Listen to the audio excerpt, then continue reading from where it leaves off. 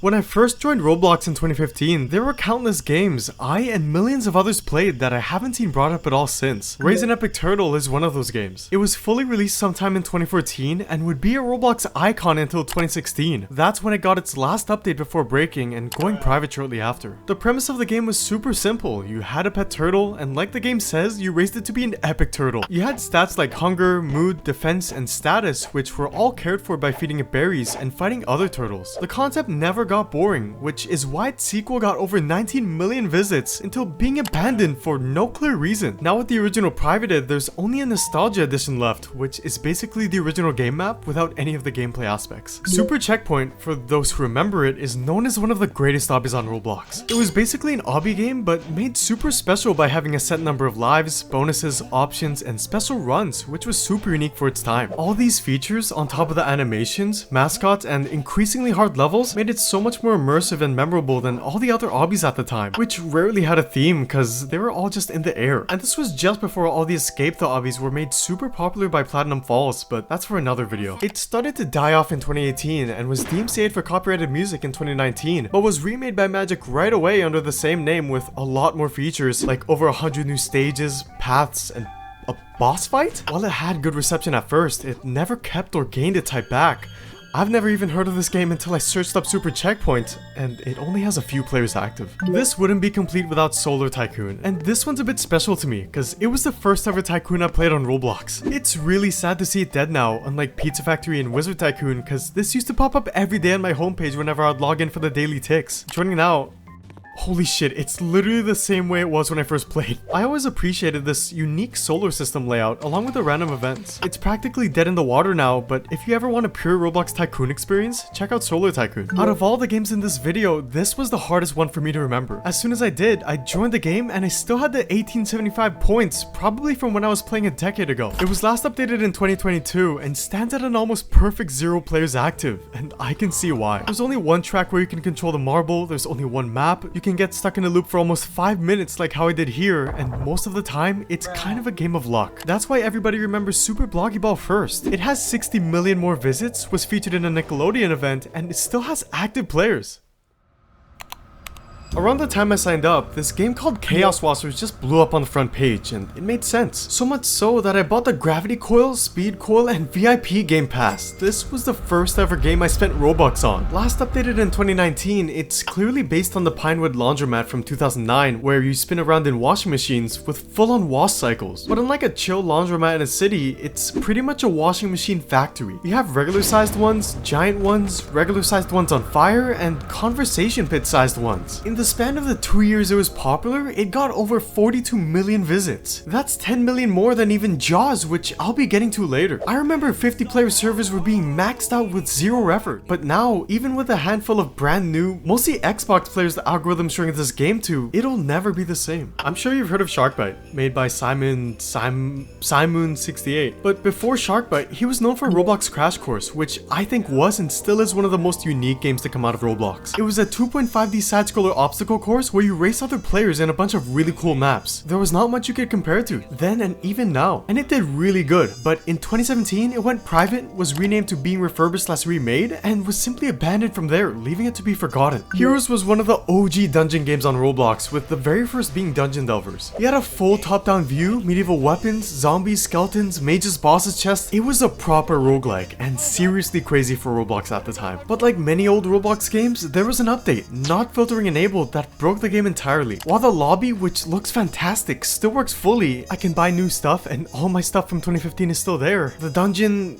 never finishes loading. The game was forgotten fairly quickly a long time ago, and unlike most of the devs in this video, David actually didn't copylock the game. One of the biggest games of the mid-2010s was Roblox Wipeout, and I'm not talking about the obby. 50 million in the span of 2 years is a lot, especially for 2015. People would compete in obstacle courses with only the fastest going to the next round. It went under review in 2017 as the chat let people bypass the filter. 2 years later, it was released again, and another 3 years later was content deleted due to copyright. There's now a spiritual successor to the game which has a bit of the original, but the legacy's long been forgotten. The Living Dead was the, and I mean the perfect survival roleplay game. I was so fond of it because you could do pretty much anything, from just killing zombies for better weapons, farming for food that actually goes to the cafeteria, just straight up roleplaying or killing roleplayers as a rogue. Other roleplay games like After the Flash, which did share a similar seriousness, never gave you this freedom, and that's coming from a prior roleplayer. If anything, all you had were props and not even NPCs to kill. After a fast 20 million visits, alongside no updates, the player base slowly died, being left with one final touch-up in 2021. If there was a Roblox game that everybody in 2015 played or at least saw, it was Dodgeball. Back then, everything about the game just made it feel so fresh. The GUI was super modern, the sound effects, the visuals, the music, all topped off by the game being super straightforward. This game showed that, honestly, Alex Neutron did know how to make a great game. It was a hit for a while, and the whole game actually still works today, but it's obviously been abandoned for Meep City, on top of the fact it has 0 players. Bunny Island was a different approach to the Roblox theme park. Instead of just being a park visitor, you also worked. You could operate rides, be a cashier, and also a ride operator. You even had your own house. It was an almost roleplay or realism approach, and the NPCs with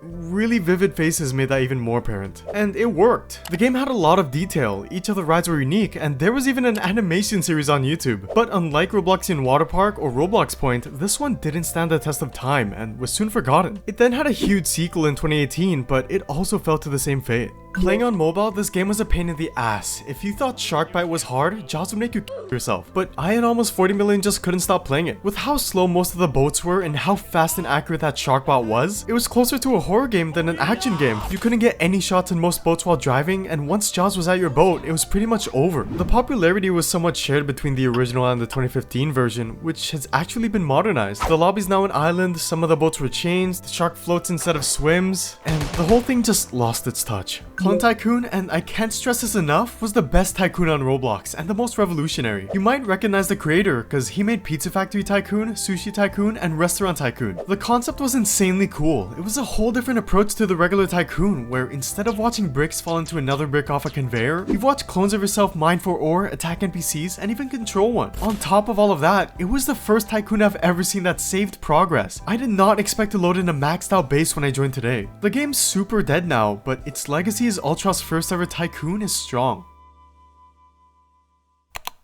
Life took the basic obby and turned it into something never seen before in Roblox. Get this, each stage was basically a chapter of your life, all the way from exiting the womb, avoiding bullies at Roblox Elementary, making it through puberty, your first disco, getting married, then choosing to go to either college or jail. It was made super popular as a bunch of big YouTubers played it. But the thing is, since it was an alpha, it was paid access, and still is after almost a decade. It's been an early alpha for a decade. People felt ripped off for how short it was, and for the fact it kind of advertised itself as a Sims remake, which is why it has so many dislikes, including from me. But looking back, it was really interesting. I never forgot about it, mostly because of how unique it was. The first ever game I played on PC was Innovation Labs. I remember getting stared at by a Doge avatar while walking around with arrow keys because I didn't have a mouse at the time. It was like the G-Man, dude. Anything made by the group was pushed so hard by the algorithm that the name became instantly recognizable. They moved on to a bunch of other projects considering it's dead now, but from what I remember, it was just a really fun top secret lab with a bunch of quirks. Look at this taco machine. It's like a 3D printer. It's sparkling. Oh shit! Can I press this? It was like slime. It's making slime. What's it doing? Okay, stop. Oh shit.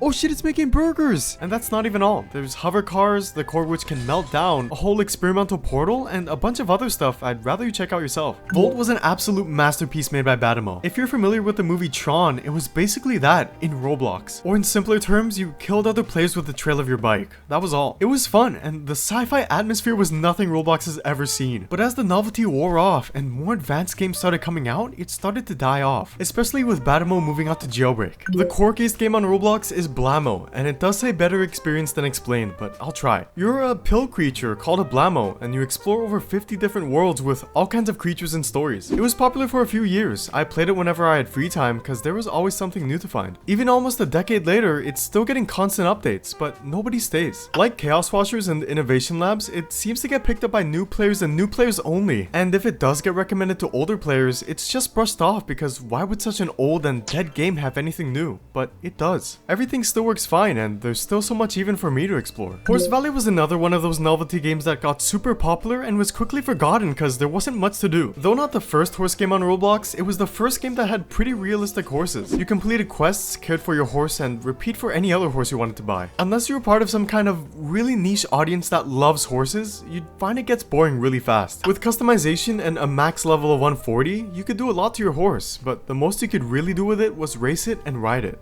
It was a well-made game though. Back in 2017, there weren't that many shooter games to choose from. You had Call of Robloxia, Aegis, Polygons, Fireteam, Phantom Forces, but let's not forget Nerf FPS. It was one of the most popular FPS games at the time, and for being based on Nerf, it had a lot of detail. All the different Nerf series, and even accurate mods, like Airsoft or Paintball. If you tagged someone with your gun, even just one hit, they were out. And it was honestly a bit rigged. If you were anyone like me that started from Phantom Forces, Base Wars, or any other proper shooter game, you'd be pretty surprised by how bad everyone was playing. And once you had a decent gun or full auto gun, it was game over. The game had a name change due to copyright, and ever since 2019 or so, it slowly faded away. 2017 also gave us PUBG, which then gave us Prison Royale. 50-player matches were getting filled with no sweat because it was just the closest thing to PUBG you had on Roblox. But after it had to compete with Island Royale, the game's been completely dead. I somehow managed to get a match in, and it's actually easier to see how it died. Comparing it to the likes of Island Royale and even Deadlocked, it felt kind of stale without all the colorful features Fortnite has. You could also say the same thing for Mecha Cubes, which was and still is my favorite Roblox tower defense of all time. I played a lot of Bloons growing up, and back then, Mecha Cubes was the closest thing to it. It's got all the essential towers, the standard 2-branch upgrade tree, a sped up mode, a working targeting system, enemies which are extremely similar to actual Bloons, and you could even load in the last match you were playing. Like Prison Royale, it was simple, but unlike Prison Royale, it was enough. There weren't many flashy aspects to the game, and even then, you could still see the passion behind it. But the hype only lasted about a year or so until it was down to less than a few hundred players. It was since left on copylocked, and there's been a really good remake ever since. If you liked puzzle, single player, or co-op games, Escape Room was your holy grail. It's got 102 million visits, and at first, it just doesn't make sense why it's dead. The single player maps work. It looks like it's getting what seem to be patch fixes, but if you try multiplayer, it just never finishes loading. Devolver announced a promising sequel in 2021 and again in 2024, but I don't think anyone knows how long his soon is. There's so many more amazing games I left out and haven't even mentioned in my shorts. If you're an older player, I hope this brought back some memories, and if you're a newer player, you can now say you know OG games. So if you made it this far, thank you for watching. I'm almost at 100k, so subscribe and stay tuned for the next one, cause this is just the beginning.